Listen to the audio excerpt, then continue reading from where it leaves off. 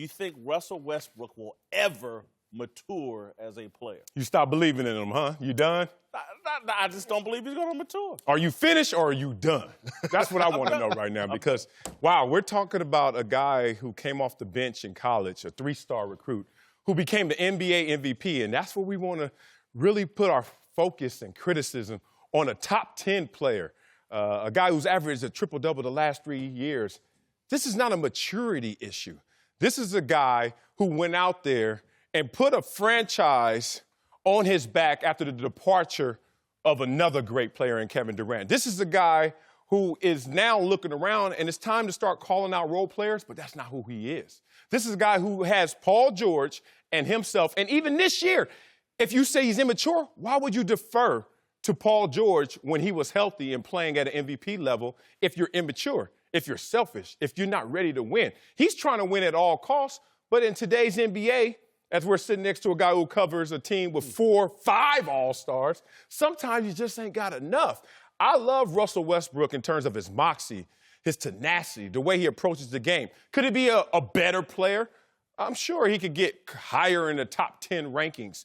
But there are 450 dudes in the NBA, man. And there's 440 dudes out there who need to do a lot more to even catch up to one Westbrook, to now try to get in that rarefied air and saying he needs to be a perfect player. I like him the way he is, address the situations around him, coaching included, and maybe you'll get more results. Got to mature. Yeah, he's got to mature. I don't know why. I don't know why Marcellus ball with that. In what way? He started rambling about just where he ranks it as far as the grand scheme of the players. We talking about how can we get him to a level to where he's the leader of a championship 10 team. Because, look, right now, we can talk about the triple number. We can talk about all the stats piling up. But I need to see composure from him. I need to see him making winning plays down the stretch. I need to see him not losing it when he gets fouled and going bumping somebody, getting a technical in the crucial parts of the game. I need him to allow for, if the 3 ball is not working, which it has been working all year. No. Get to that hole.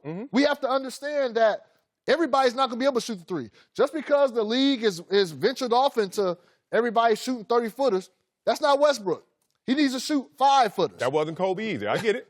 He needs to shoot a lot of people can't shoot the 3. And so till he gets to a level where he's mature, and I think really in order for OKC to reach their success, look, I'm not putting it all on OKC, on Russ, I mean.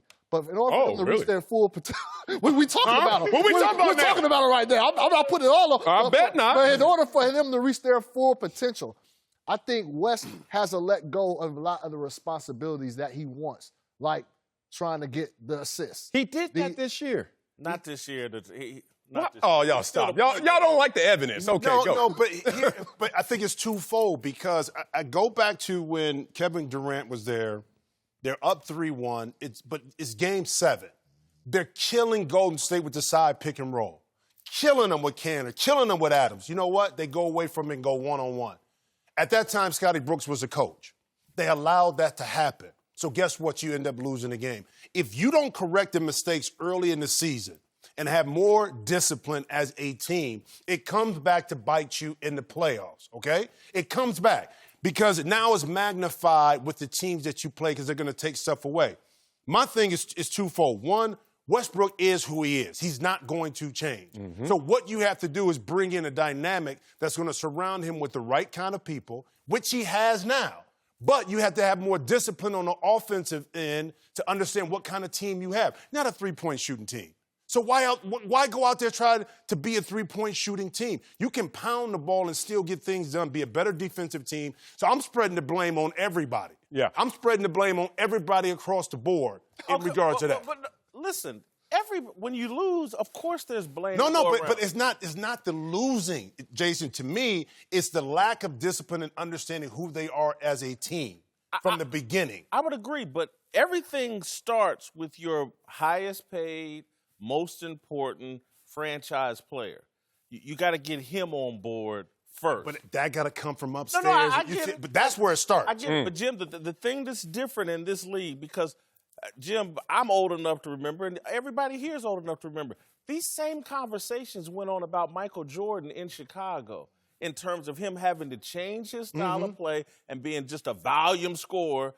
That wasn't good enough. And what did they do? They also changed the coaching, and that all of a sudden led to championship. Instantly, all the other selfish talk. That's my point. When they got Phil Jackson in, that helped Michael mature into a different player. Until you solve that problem where that man, Russell Westbrook, respects the man on the bench, he's not going to change. Let me ask you this, though. Honest to goodness. Okay. I mean, we give Phil a lot of credit, and he obviously deserves it.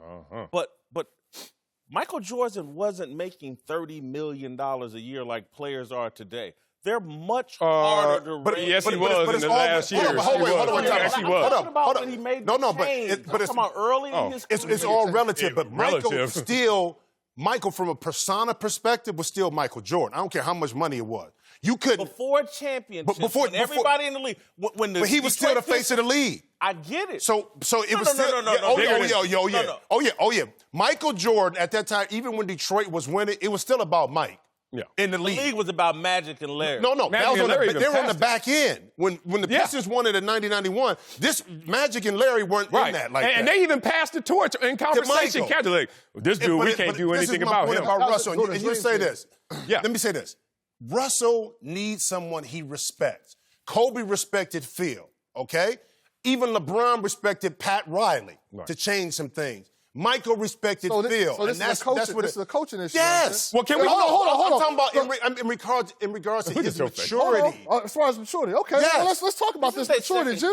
This is second coach. But both coaches allow them to get away with everything, bro. I understand. Any stats over here? I can't. Well, I'm just gonna say it on the top of my head.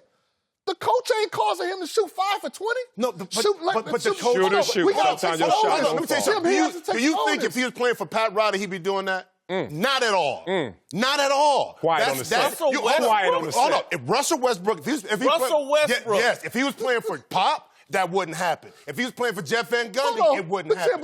But he's not. No but. He's not. But so who's in the wrong? Hold up. But that's my point. That's what you're missing. If he don't have somebody he can respect on the bench, he's going to do what he wants to do. Jimmy, let me say this. We're talking about a subjective conversation right now, and we're going to have our opinions. Let me give y'all some facts, first of all, because this ain't the Oprah Winfrey Show. Facts. No, this is fact. Because y'all acting like they just hand out championships to great players. That's not how the game goes. Since the modern NBA started, let's go 1980, last 40 years. You know how many franchises won a championship? 8. 11.